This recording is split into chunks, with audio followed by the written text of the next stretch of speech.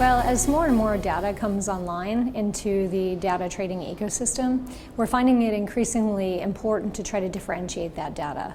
It's really difficult if you're a buyer and you're looking through the data that's available for targeting, for example, to really know what the origination of the data is, how it's modeled, what the methodology is behind it. And then in our case, we run a lot of consumer panels. So if you're taking a small data set and you're trying to scale that for online, you really have to look into the methodology in the scaling to make sure that you're matching something beyond age and sex, for example, but just trying to get more meaningful attributes and data keys so that that data can perform better.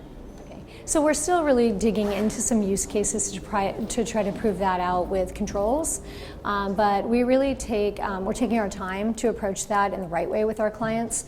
Our data seed starts from both online and offline questions, for example, with our consumer surveys.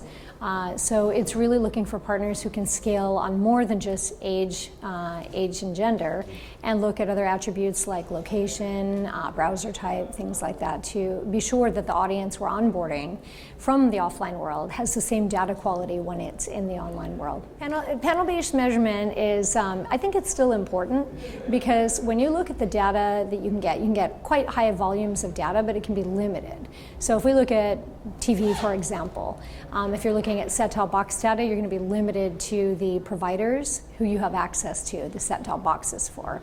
If you're looking in the case of OEM providers, again, it's the TV providers you're distributed through, and if you're missing one large provider, you're missing a part of the market, and you have to model for that.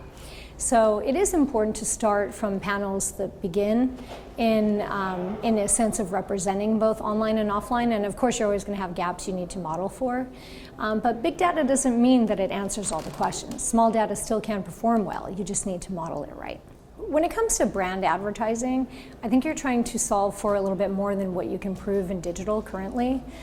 There's an expectation, because there's so much data and the ability to generate so many more metrics, that you can really prove ROI on everything that you're advertising in digital. Digital has a lot that it can learn from offline, in the sense of just really broad impressions and conversions of attitudes towards products. It's the difference between brand advertising and direct response advertising. And digital leans a little bit more, we believe, to the direct response advertising, because you're always looking to tie that to direct sales.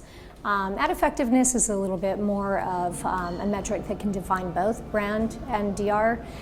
But yeah, with the data that we have, it's quite difficult, because we're really, really DR driven. And brand advertisers just need to know that they have the message out there, and that they're curating perceptions of people toward that brand and making them positive.